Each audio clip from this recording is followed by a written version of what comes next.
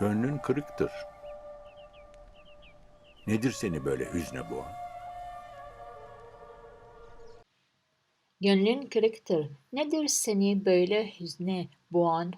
Meaning, as you can see it on the screen, gönlün kırıktır, which means your heart, gönlün, your heart, the ne is for the personal pronoun you, kırıktır is broken.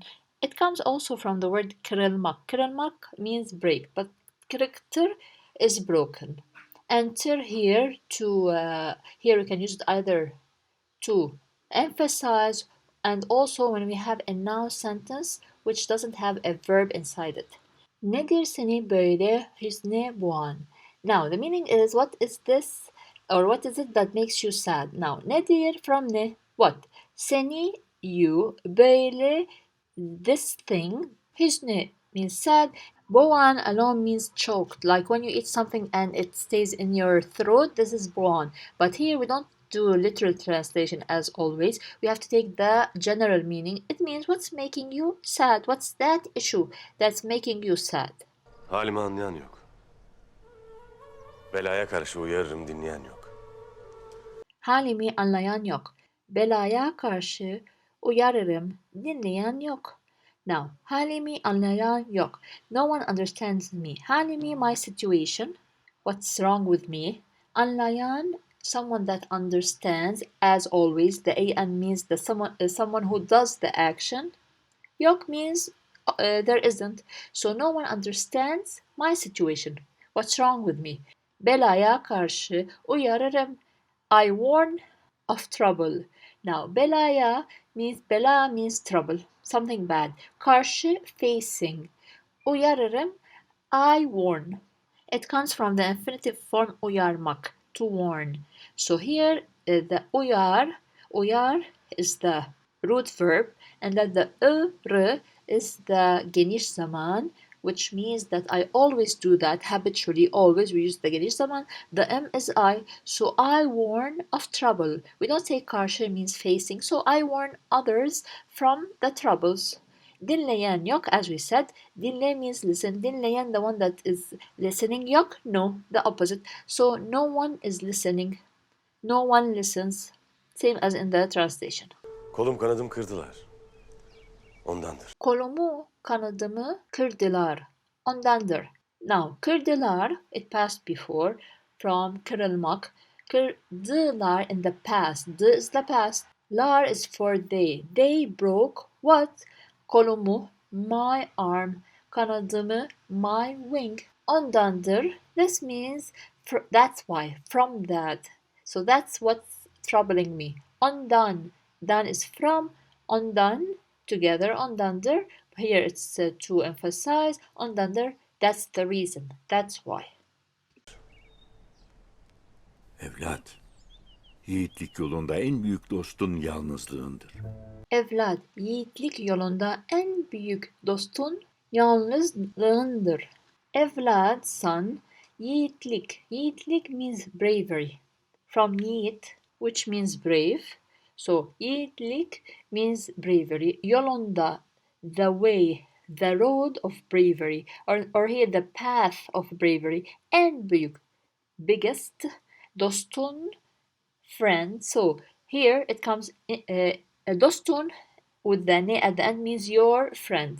So en büyük dostun is your greatest friend or bigger friend. We don't say bigger friend. Is your greatest friend. Yalnızlığındır means loneliness. From yalnız. Yalnız means alone. We added these endings loneliness. Seni anlamalarını bekleme. Seni anlamalarını bekleme. Bekleme, don't wait. Don't wait. It's like beklemek, to wait. Bekleme, don't wait. Let's see the whole meaning now. Don't wait for them to understand you. So seni, you. Anlamlarını, their understanding. From anlamak, to understand. So there we have lar, their understanding. Bekleme, don't wait. So don't wait for their understanding or don't expect them to understand you the way you want to translate it. Anan, eşin, abin ve alplerin hiçbiri seni anlamayacak. Anan, eşin, abin ve alplerin Hiçbiri seni anlamayacak. Meaning, ana means mother. We can say anne, mother, or ana, same.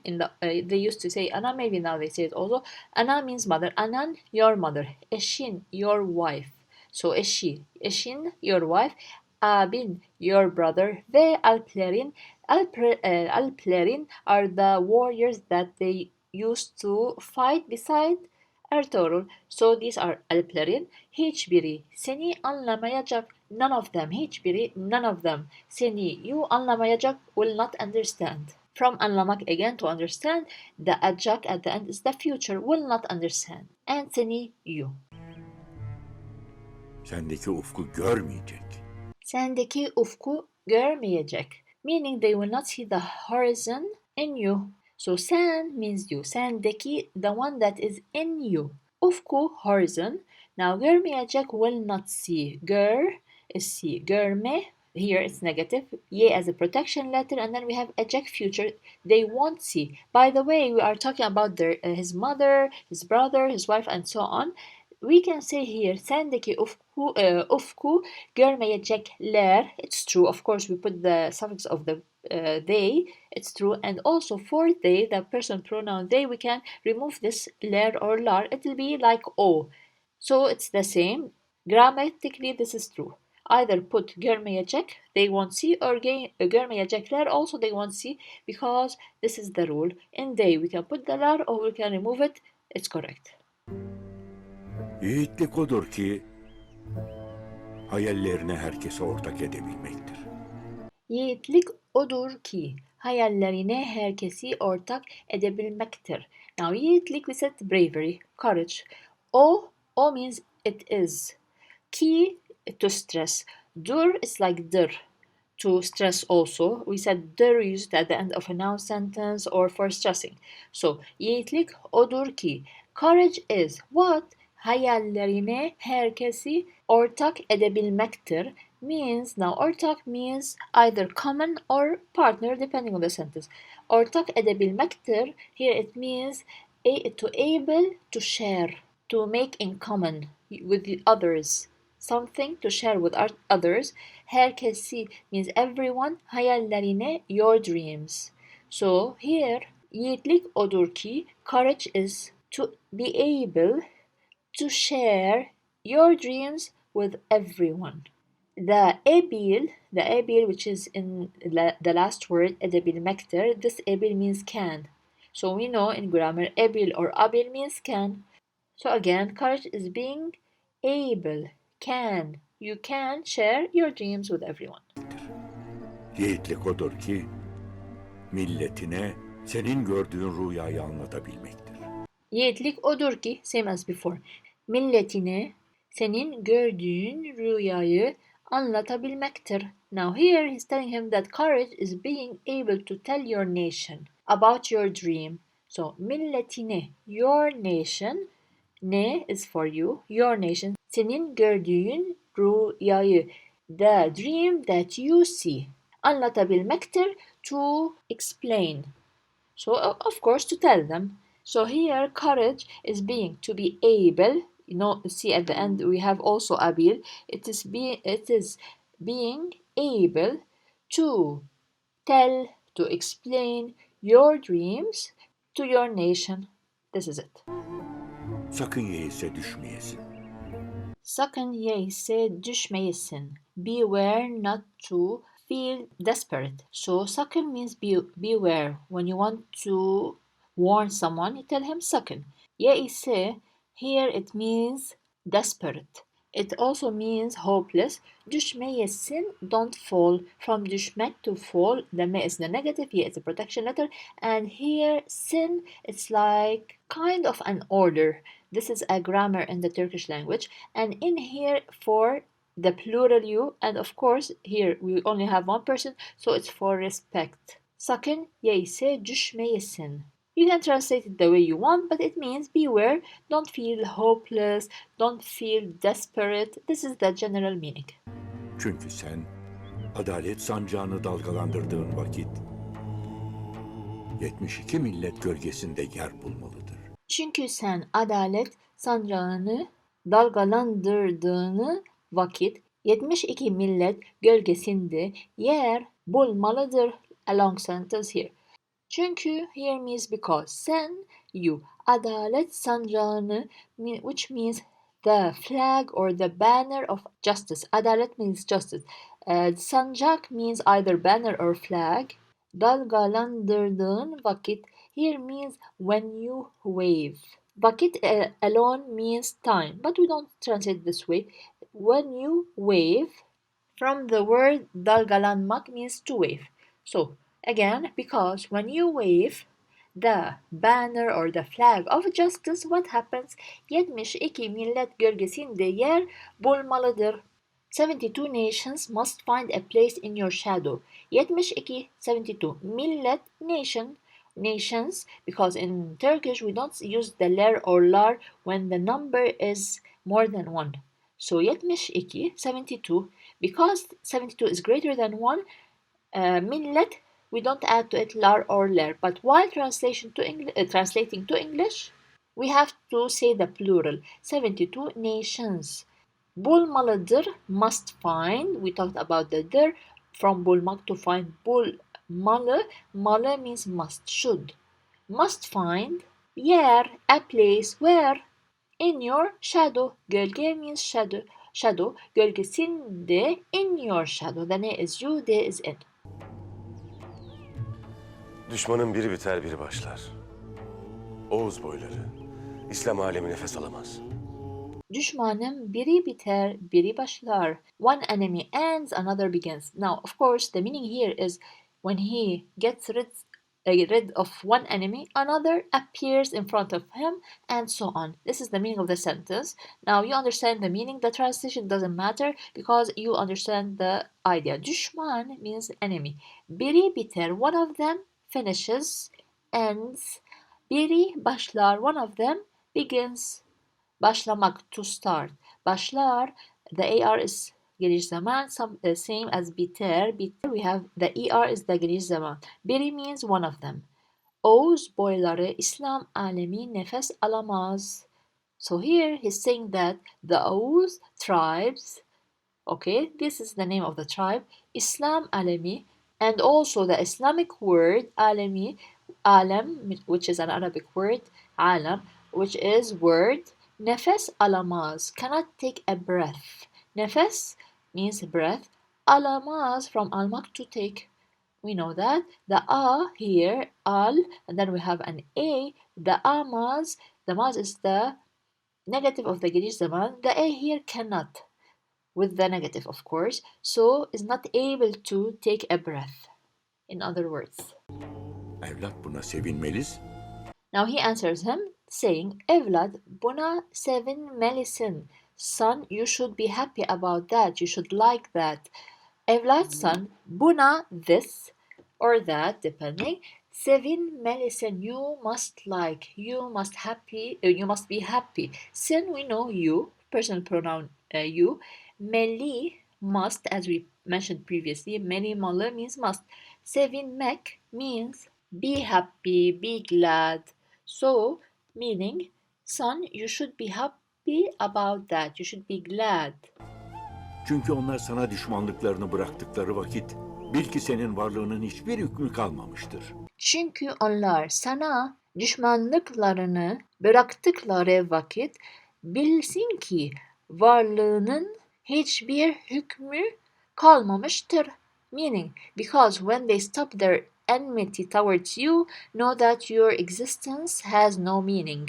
Çünkü, because onlar, them or they, sana, to you, düşmanlıklarını, it means their enmity, their hostility, bıraktıkları vakit. Vakit, it passed before when. So when, bırakmak means they stop. When they stop their hostility, their enmity towards you, sana, towards you, and onlar means they, bil ki means know. So bil, know ki, for stressing, senin varlığının, your existence. So senin, your, varlığının here, varlık, presence. So varlık means presence. Varlığının, your presence, your existence. Hiçbir hükmü kalmamıştır, it means has no meaning. Now hiçbir means at all. Kalmamıştır means doesn't stay. Hükmü, we have now the word hüküm means rule, provision. But here they mean that you don't have any rule on them. So your existence has no meaning. Bil ki sahip olduğun tüm yüce değerleri kaybetmişsindir. Çünkü onlar senin iman ettiklerine karşı savaş açarlar. Bil ki sahip olduğun tüm yüce değerleri kaybetmişsindir. Çünkü onlar senin iman ettiklerine karşı savaş açarlar. Meaning of the sentence, know that you have lost all your high values because they wage war or they make war against what you believe in. So, bil ki same as before, know, sahip olduğun tüm yüce değerleri kaybetmişsindir. You've lost. So, kaybetmişsindir from kaybetmek to lose. You lost all, tüm, all, your high values, yüce means high, değerleri means values, sahip olduğun means you own. So, these high values, that person owns them. It means that know that you have lost all your high values, the values that are already in you.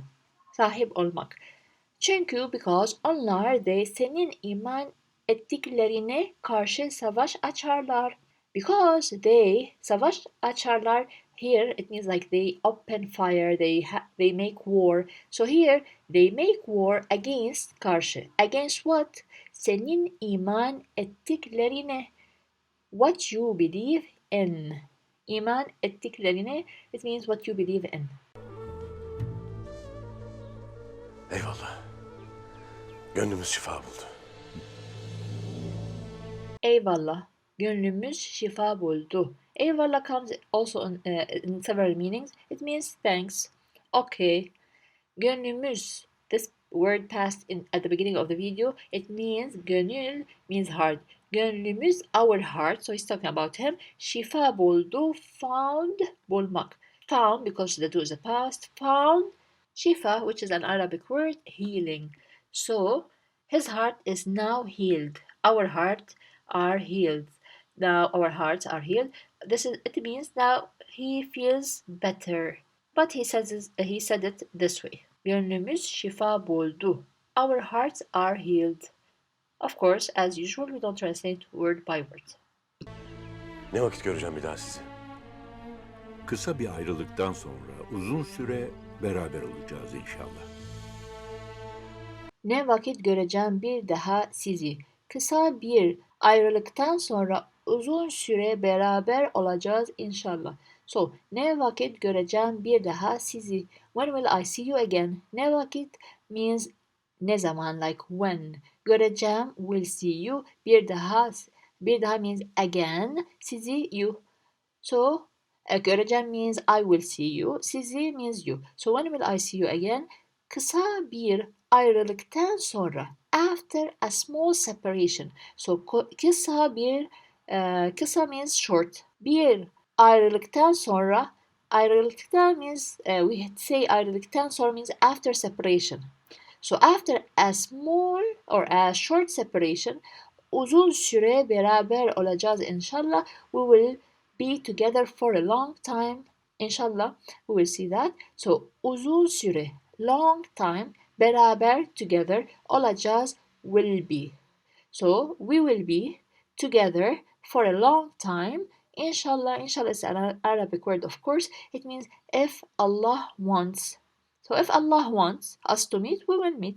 This is inshallah.